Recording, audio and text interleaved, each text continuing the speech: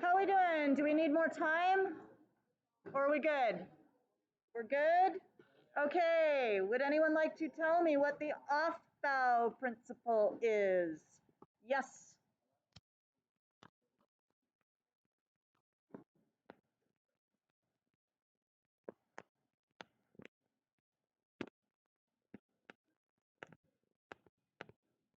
Lowest available energy orbitals first.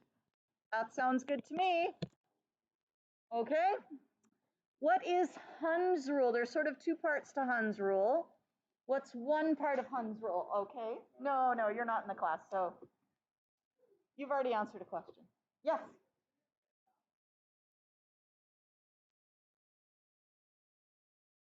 Yes, electrons fill in orbitals singly before they pair up.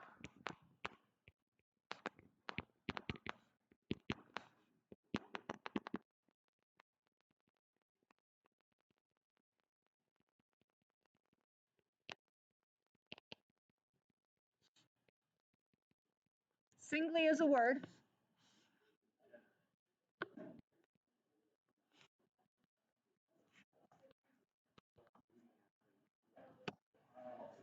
So electrons fill in degenerate orbitals singly before they pair up. What does it mean to be degenerate?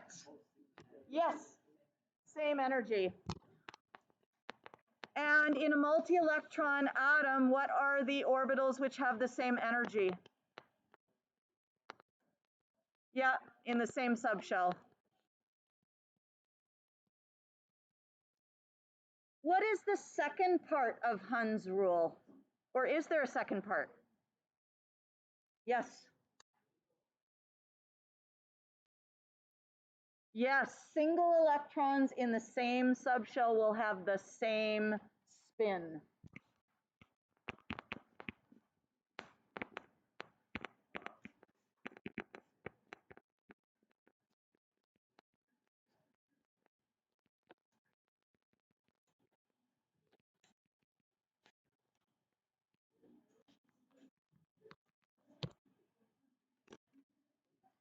What is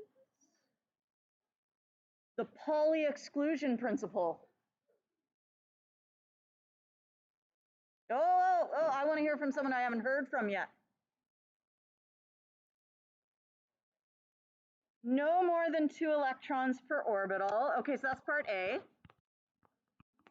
Yes.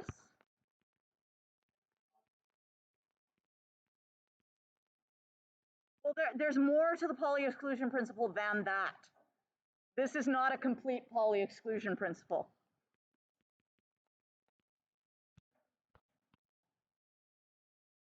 What's the other part of it? Yes. Yes, 2 electrons in the same orbital must have opposite spins. That was like a good mic drop kind of moment, wasn't it? Opposite spins.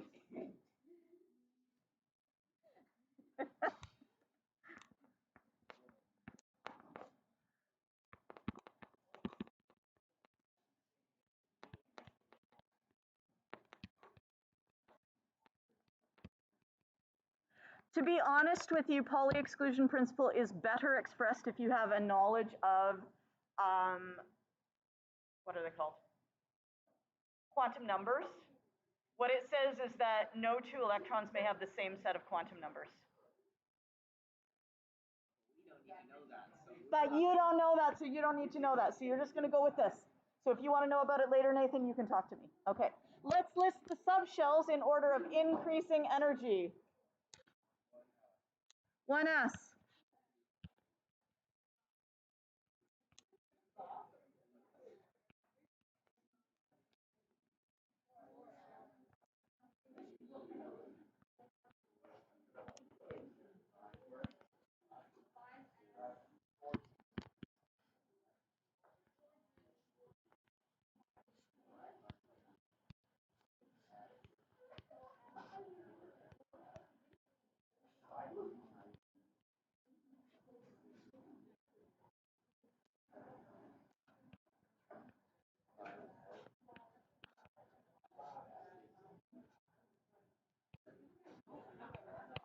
And we're going to leave it there. Is good? Excellent.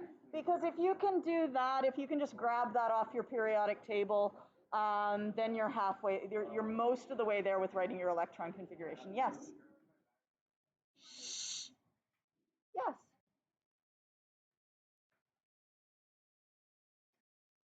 Now is a great time. Yes, absolutely. Let's do that.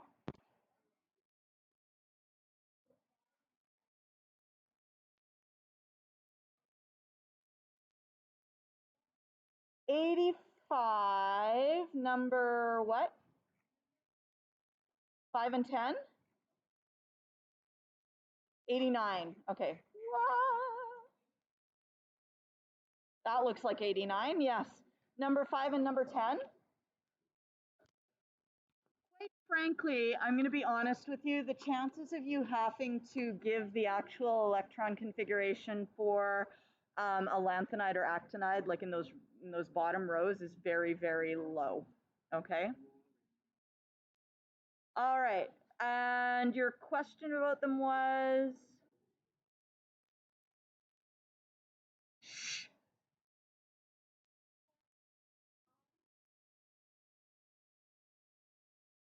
Oh, have they given like some weird, because I stole these from somewhere. Let me just take a quick look. Let's just skip those ones, shall we? Wow. Okay. I have a feeling that they might have included exceptions, and we're not learning the exceptions, so let's just skip those. Okay? Because there are exceptions to the off-bow principle, but we're not learning them because they don't really know why anymore. They used to think they knew why, and now they don't know why, so it's not part of AP, so I'm not teaching it. They used to say that half-filled D and F subshells were particularly stable, and so if you could get like if you would have 4s1 and then 3d5, that would be like yay, but apparently not anymore. I don't know. You can read about it in Hebden if you want to. It's in there, but let's just not worry about those because we don't need to, and they don't know why. And if they don't know why, the universal they, then I certainly don't know why. Yes. All right. Other than that, were there any other questions from the homework? No, we're good. Okay. So we're just going to quickly go here.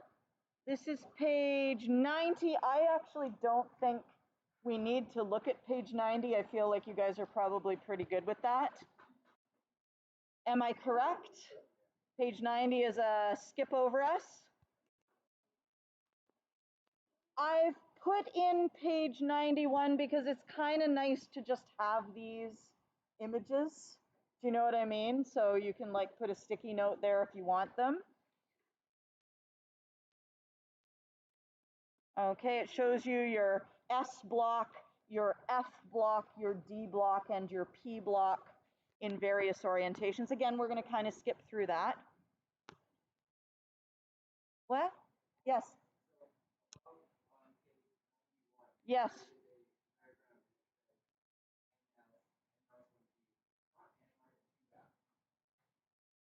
Huh? No, oh, this should be N minus 2F, yes.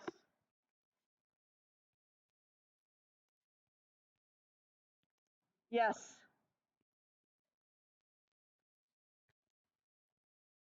Thank you. Okay, and then we talk about Hund's rule, and then we've just got, some examples of things that are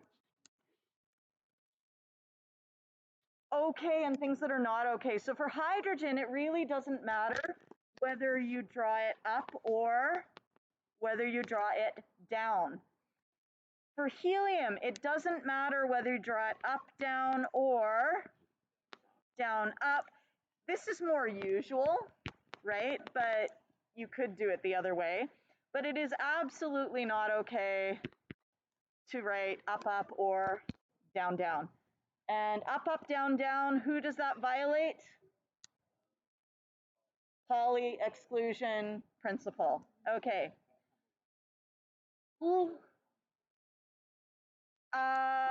Sometimes you'll see arrows, but normally we do like a half arrow, like a little a little harpoon kind of thing. Okay, so lithium has 3 electrons, and again, first one looks like that, and you can do 2s either like that or up or down. Now, we're just kind of hitting home here. Why are these not okay for beryllium? Well, no. Yeah, it does look like an 11. You can't have 11 electrons. Why can beryllium be either this or this, but not these two?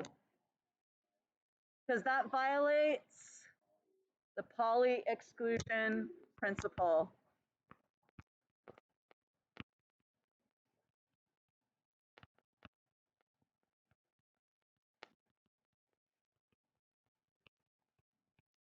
Okay, now boron, gosh, you have so many different options, yes?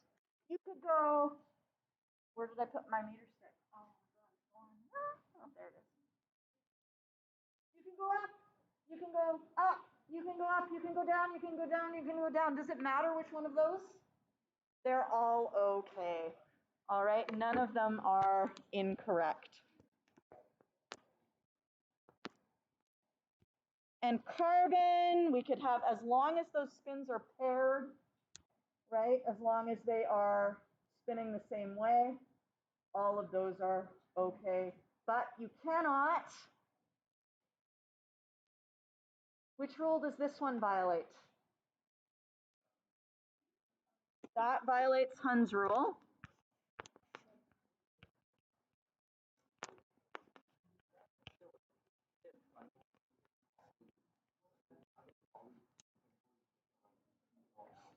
Now, how about this second one? What does this violate? It also violates Hund's rule, the other part of Hund's.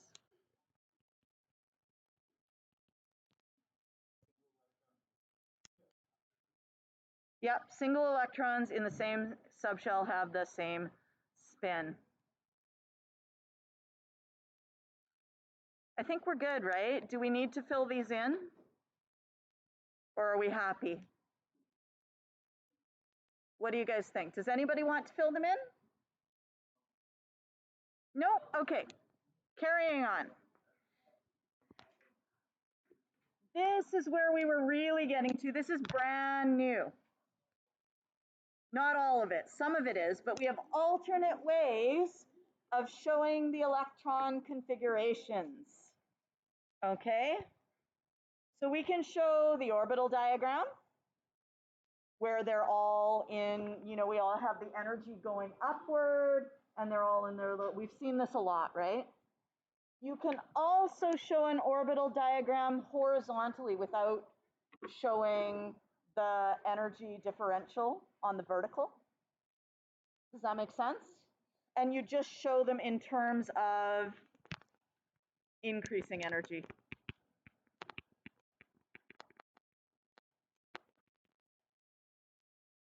Then, of course, we have the electron configuration where it's hugely expanded, where we actually break down the p's into 2px, 2py, and 2pz. This is unusual. I don't think you'll ever have to write it like that, right? Here's our 2p subshell, and we've split it up into 2px, 2py, 2pz, but it's unusual. You will probably not have to do that. Yes?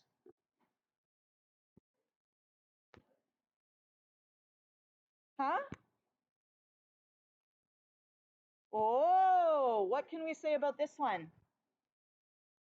This is an excited state, yes. It's not allowed, it's just excited. Okay? This is what we're used to, yes? Okay, that's pretty usual. How are you feeling about core notation? Are we thumbs up, thumbs down, or thumbs in the middle on core notation? Thumbs down. Okay. Core notation, it's like all you do is you take whatever the previous noble gas is. So let's just go back here somewhere. So let's say I wanted to do this guy here. Okay. So I go back to the previous row and I go over to the noble gas of the previous row and I look up who that is, and that is neon. So rather than writing 1s2, 2s2, 2p6, which would be the configuration of neon, instead I can write neon, and then I can just write 3s2.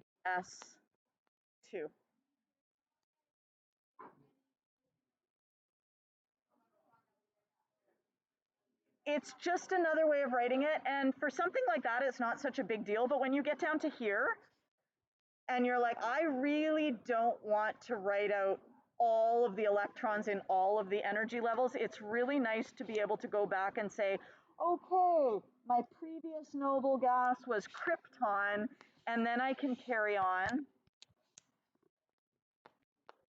Krypton, 5s2,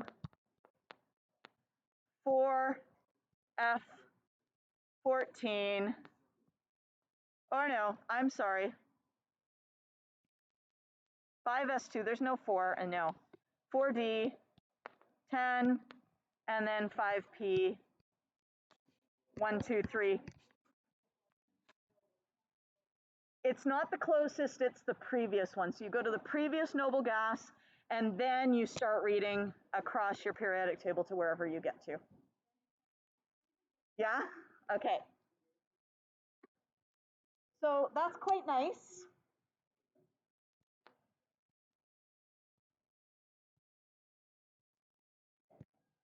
So core notation,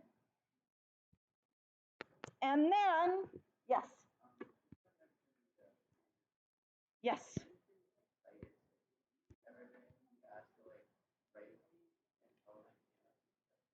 You could be asked to write an element in an excited state. You can't say in the excited state because there are so many different states which are excited. Yeah, you could move it up anywhere you want to, really. Yeah. Yeah.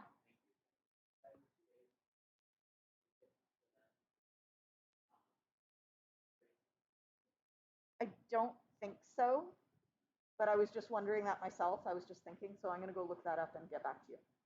Okay, but I'm pretty sure that you can't, but I don't know for sure. Pretty sure is not the same as sure. Okay, now, this is something that I don't think has been covered yet. There are 2 accepted orders for writing electron configuration. The one that we have learned is in the order of filling. That's easier to write. You just follow along on your periodic table and read off, your orbitals and all that stuff. So that's great. You can also write them in order of n value. So lowest n value first.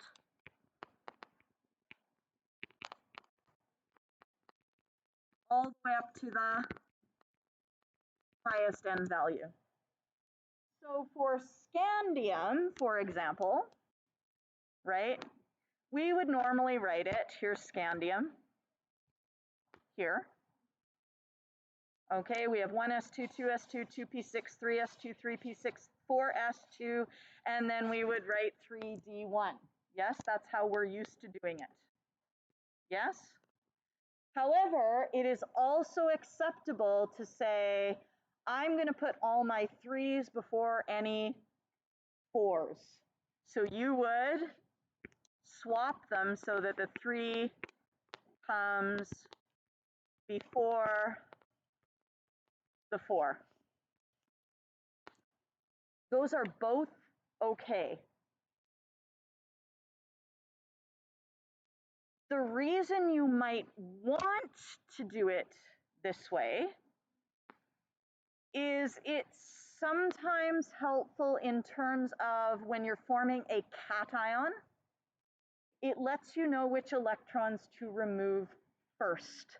You always remove from the highest energy level first when you're forming a cation, when you're like, which electrons come out? And we're going to be doing cations today, okay? Which electrons come out? It's going to be 4s is going to come out first.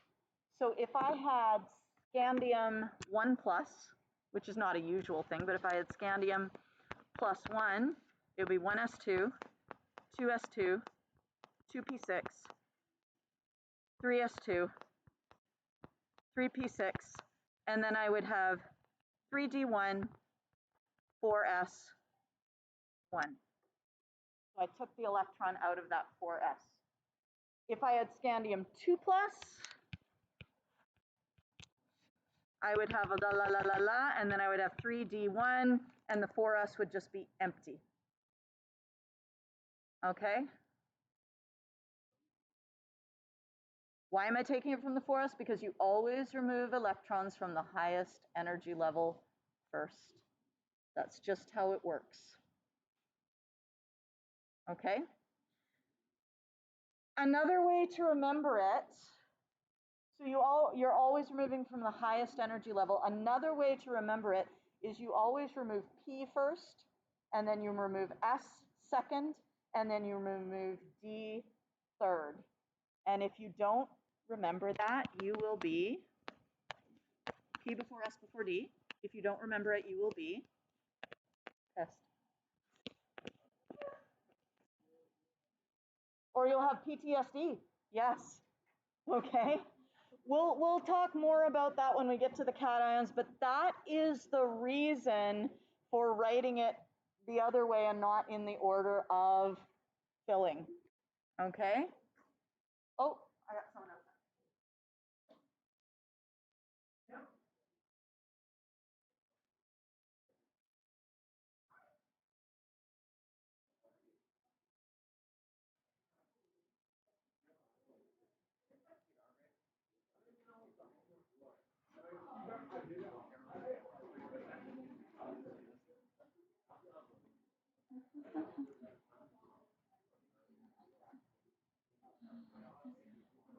Did I put it on here?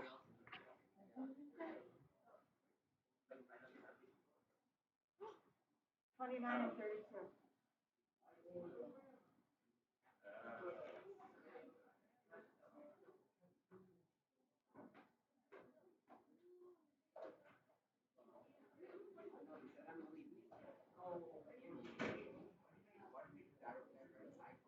Sorry about that. Okay.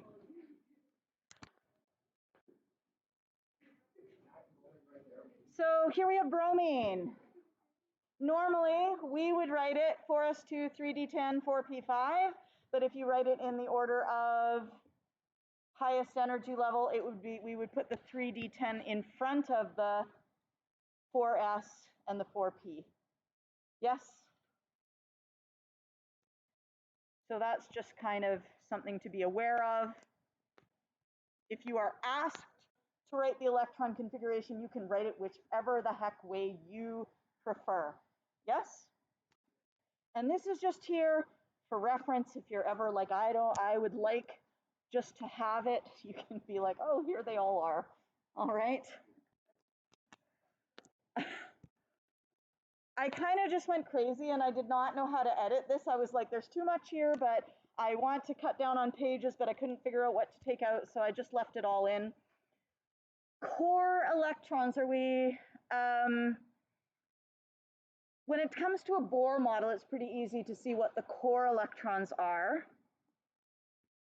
But valence electrons are all electrons that are, let's see,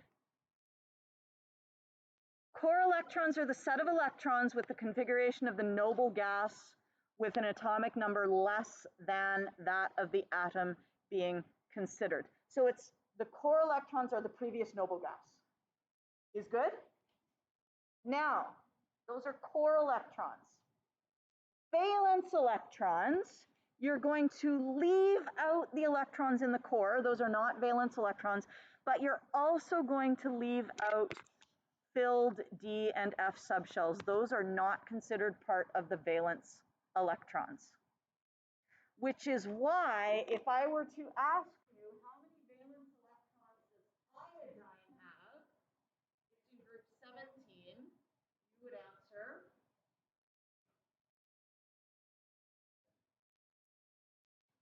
how many valence electrons does iodine have? 7. In group 17. Huh? Everybody in group 17 has 7 valence electrons. Everybody. Uh-huh. Everybody in group 16 has how many valence electrons? 6. Everybody in group 15 has 5. Now, why is that when we have this whole row full of electrons? It's because those other electrons are in filled D and F subshells. Those are not involved in bonding.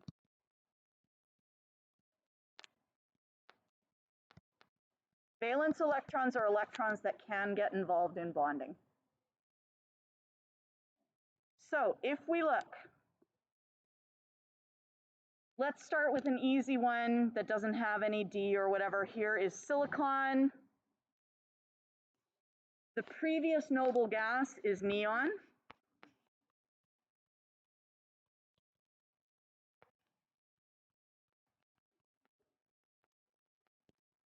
Yes? And so the valence electrons are the 3s2 and the 3p2, which is 4 valence electrons, right? 2 and 2. But what if we have technetium? Well, we have the core of technetium. Our previous noble gas is krypton.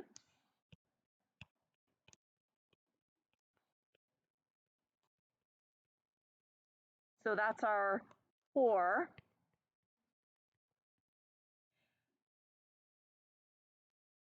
And then we have 5s2 and 4d5.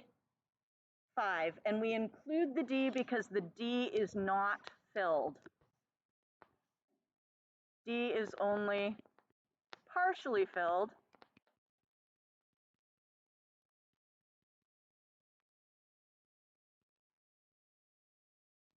Therefore, we include the Ds, include the D electrons in the valence electrons.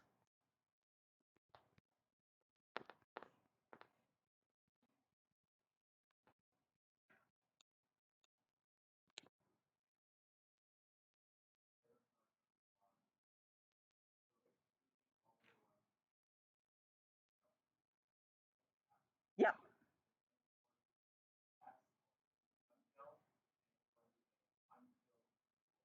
Yes. Yes, partially filled D and F electrons do count. Okay. So then when we get to gallium, you can see here's gallium, but as opposed to before, now we have a filled D subshell. Yeah?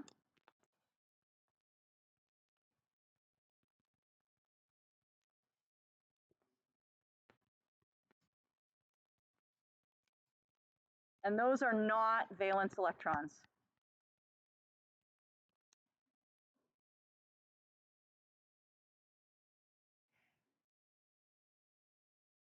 So if you think about your the transition metals, what do you know about the charges of the transition metals? They're positive, but what else is kind of special about them? They're multivalent, yes? And that's because some of those D electrons can be lost. They can be involved in the bonding process, and that's why they can have different valences, because you'll end up losing more or less d electrons. Okay, whereas when you get over to lead, although lead can also have two different charges, you can lose the 6p electrons, and that would give you lead 2+. And then if you lost the 6s electrons as well, that would give you 4+. That's why lead can be 2+ or 4+, but it can't be anything else. Okay?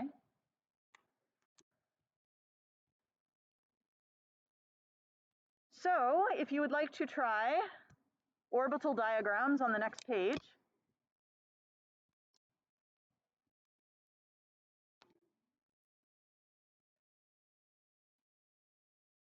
yes.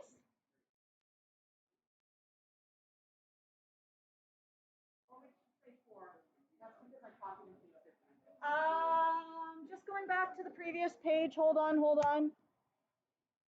This should say 4. Sorry about that. Lead has 4 valence electrons. Yes? Okay.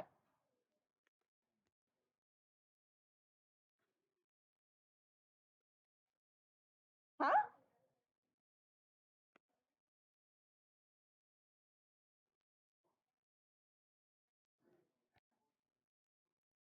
Oh, yeah. You know what I did? I just copied and pasted. You can see how that happened. I was like, copy, paste, did not change it. Okay. Omit the filled 5D and 4F subshells. There we go. There we go.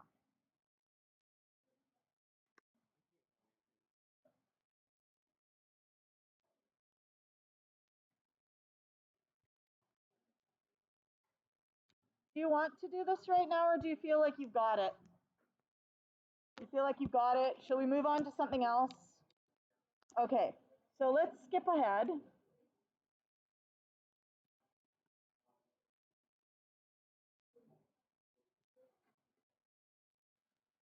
So this is what we were talking about earlier, is the cations. They are always removed from the highest energy level first, and that's what we were just talking about. Okay? So if you're looking at tin, we could write it in order of filling. Right, there's tin in order of filling. We've got the 5s2, 4d10, 5p4. So if we were to remove electrons to make tin 2+,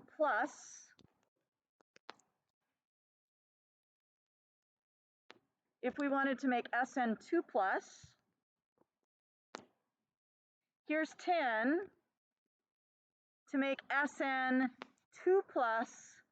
we remove the 5p2. Yeah? To make SN4+, we then remove the 5s2, and we leave the 4d10 alone. Okay, so we're removing the p before the s and then the s before the d, and if you don't remember that, you'll either have PTSD or you'll be pissed. Okay? Okay, it would be incorrect, for example, if we wrote it, you know, in order of filling and we just forgot that we were supposed to remove the higher energy level first. It would be incorrect to take away the second 2 electrons and end up with 4d8. That would just be wrong. Okay, yes. They're not. And you cannot remove, because this is filled, these are not valence electrons, right? And so we cannot remove those, and that's why this is wrong. Yeah. Yeah, you'd have to remove all of them, and it's just ridiculous, yes.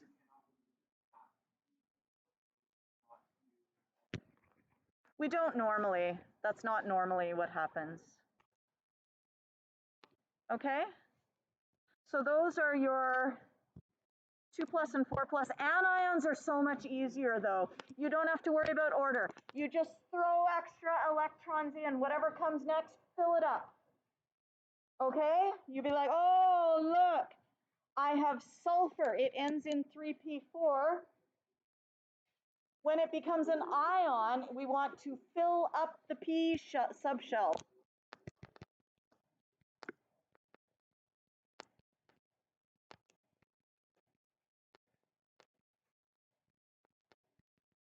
Yes. There we go. It's full. That's it.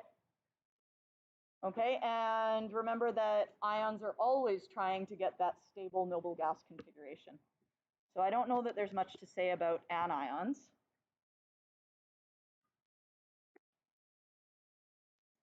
I guess the only thing is that sometimes people want to write the core notation by writing the ion as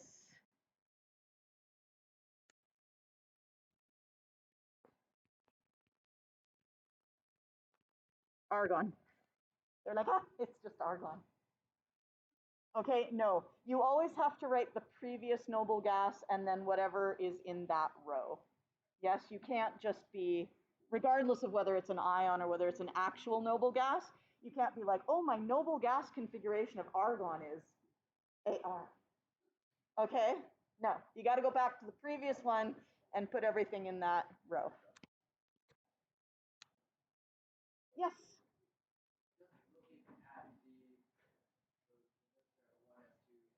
Yep.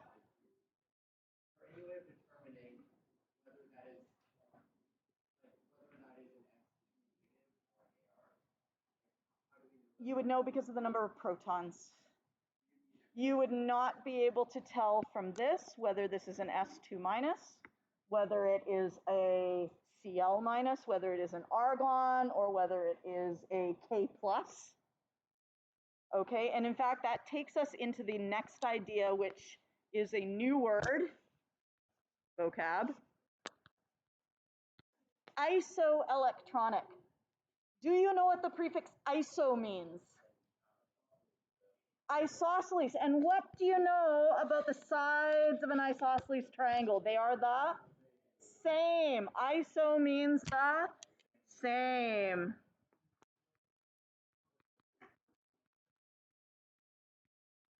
Or at least that's what I say it means. I'm not sure if that's the actual meaning, but it's close enough. So ions are essentially trying to be isoelectronic, to have the same number of electrons as a noble gas. So isoelectronic means has the same number of electrons as whatever.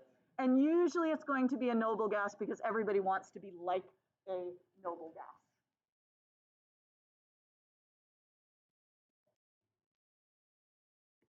So if you look at all of your halogens, they're all going to be NS2, whatever energy level it is, NP5. What do they want to be? They don't want to be NP5. They want to be NP6 and fill up that subshell. So the halogen, you could have fluorine, you could have chlorine, bromine. They're all going to be something S2, something P5. And they'll all want to be P6, to be like the noble gas.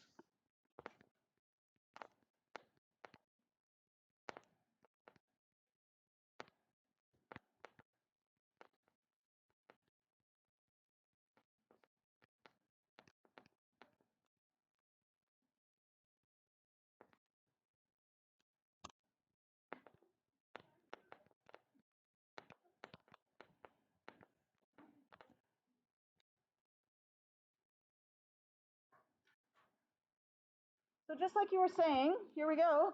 Here is an isoelectronic series. All of these different species here, 1, 2, 3, 4, 5, 6, 7, all have the same electron configuration, right? Because they're all trying to be like neon. Oh, something's wrong here. Yeah, one of these is wrong. Hang on, hang on. That should be 3p3. Did I get any others wrong? Uh-oh.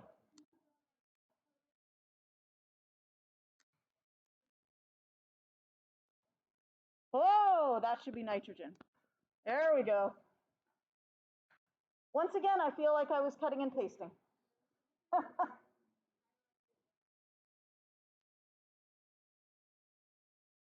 Oh.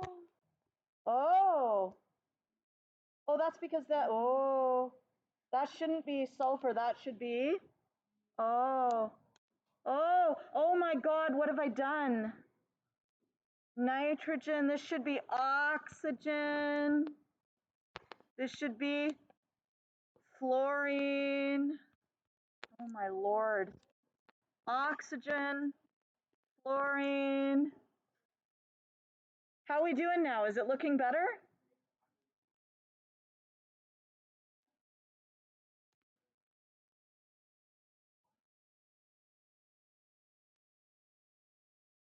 For who? Oh, so this should be a 4s2.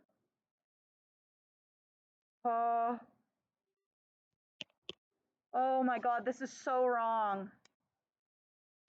Okay, you know what? I'm gonna make a new copy of this and get it to you guys because like it's not even the right one. It should be two, it should, yeah. I'll make a new copy, because it's not even right. Or you could make your own just for fun. For fun. No, I'll make you a new one. Okay.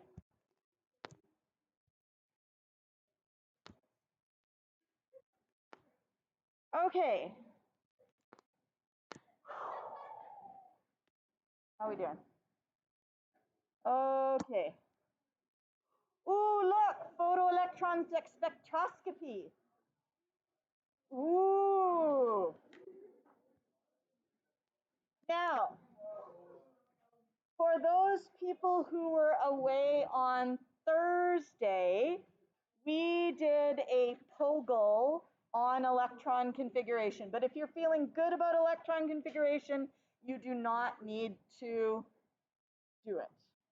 If you're feeling like I could use a little help with electron configuration, then, or I just don't feel solid about it yet, then you might want to get together with 1 or 2 people or 3 people who have not done it yet, or even who have done it yet, and go through it with them. But we actually cannot do this one yet because we need to do first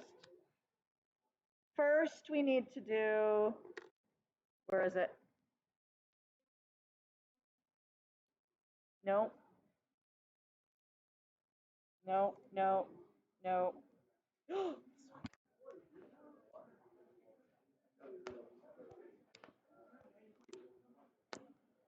Page 7. I know, right?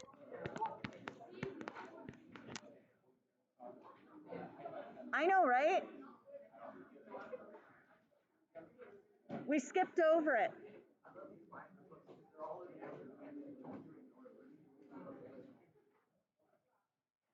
It's because I can't decide what order I like best. So, you know. So page 7, we have a POGL. And for those people who were not here last day, do you guys remember what POGL stands for? Process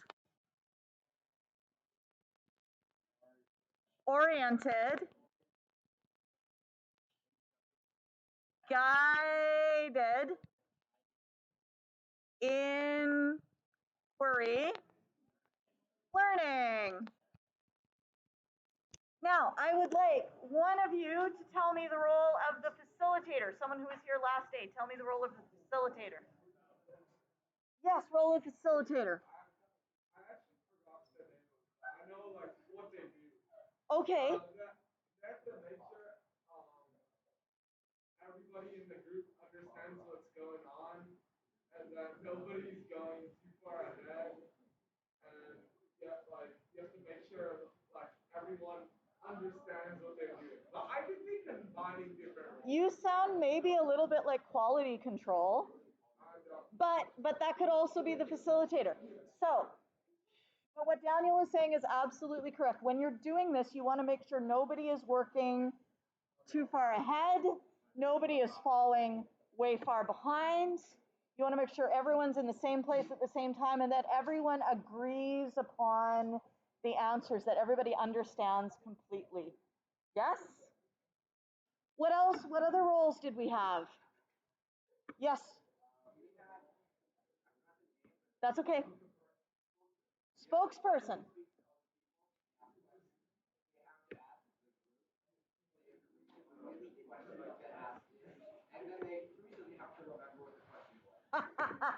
So, spokesperson has to go, they're the person who's going to go ask other groups when you're not sure what's happening. Okay? But they have to get a consensus from the group as to what question you want to ask. And then, as Nathan said, you need to remember that question by the time you walked over to the group. Okay. So we've got quality control facilitators making sure we're keeping on task, keeping on time, moving right along. And the last person is the process analyst. And if you recall,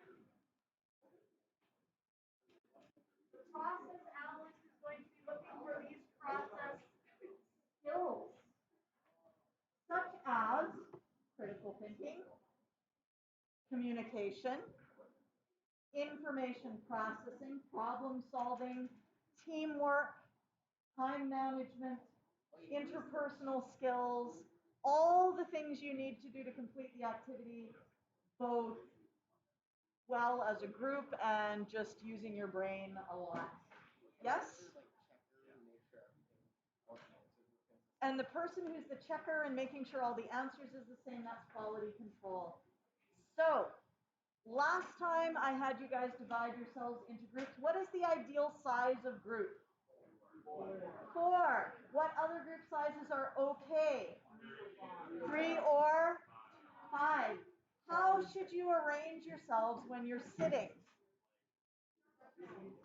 As much of a circle as you possibly can, okay? So 2 to 4, if there's a 5th, they can go on the ends. Can you get yourselves into groups again? Yes?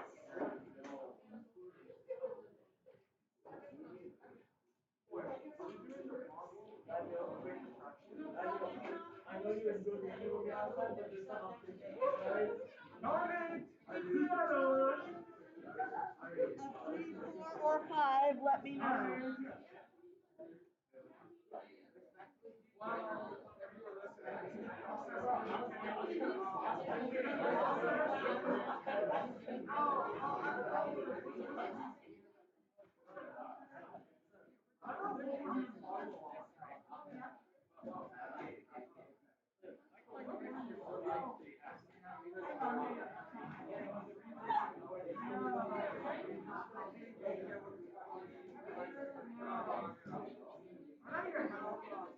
So where's my periodic table? Here we go.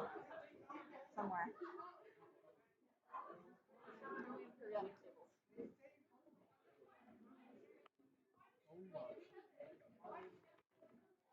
When we're doing this, Asya? Okay. So 1S, 2. 2S, 2. 2P, 2. Oh, 1, 2. 2P2. oh, yeah. Yeah. I read covered as 12. Ah, that would be why. Yeah. Okay, so basically, with this, why can't, okay, so it's 1S, 2, 2S, 2, 2P2. For the 2P2, why can't you write carbon as like 2P2, assuming the previous like structures are filled? You can't. You're But just like, not why allowed not? to. Because you're not allowed to. Sorry. Why can't you assume that the previous subshells are filled? No, That's just how it goes. that's just how it goes. It's like, I mean,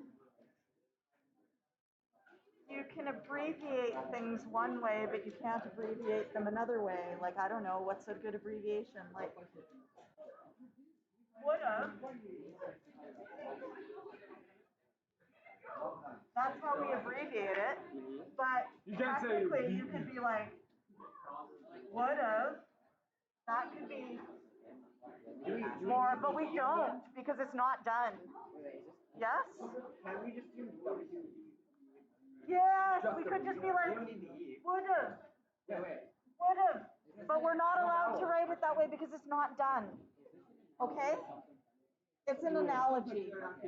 Yeah. It's just not done. Okay. Yeah. Miss Spence, are we doing Polo on page 7 or the page? Pogo on page 7. Pogo on page 7. Not that one yet. Yes. For the first one, I was watching the video. Yeah. And then the guy in the video said that if all the valence electrons are filled, it's a noble gas, right? But that got me wondering. So say, for example, it's an element like fluorine, right? Yeah. And one of the electrons in like the lower rings becomes excited and goes to like the valence. Would that make it? No, because it'll fall back down again soon Okay, enough. but like for that temporary time. No. Okay. I don't know. Because like he said, all the valence electrons are filled. It's noble. Okay. And then also, the second one is you mentioned like Hundsrule and then you wanted us to memorize all of them. That's fine. I was wondering, are we gonna have to know? Like, You are not going to have to define them. Okay. You might need to say whose rule is violated.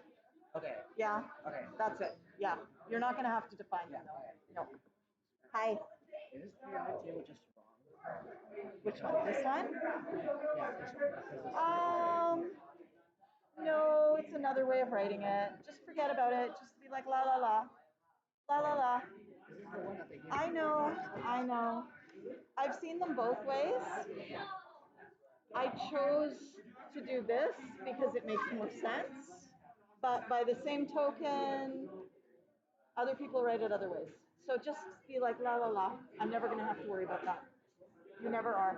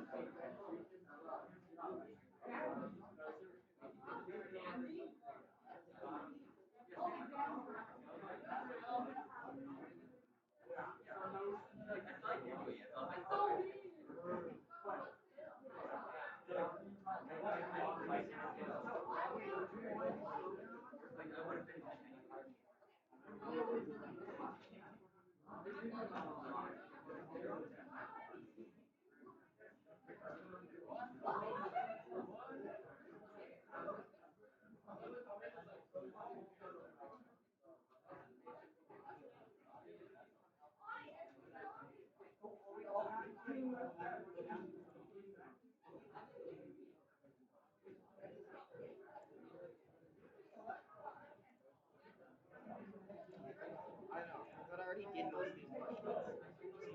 Oh, Yeah. Well, no. okay. I already did most of these. Okay. I know. I was doing homework and then I just.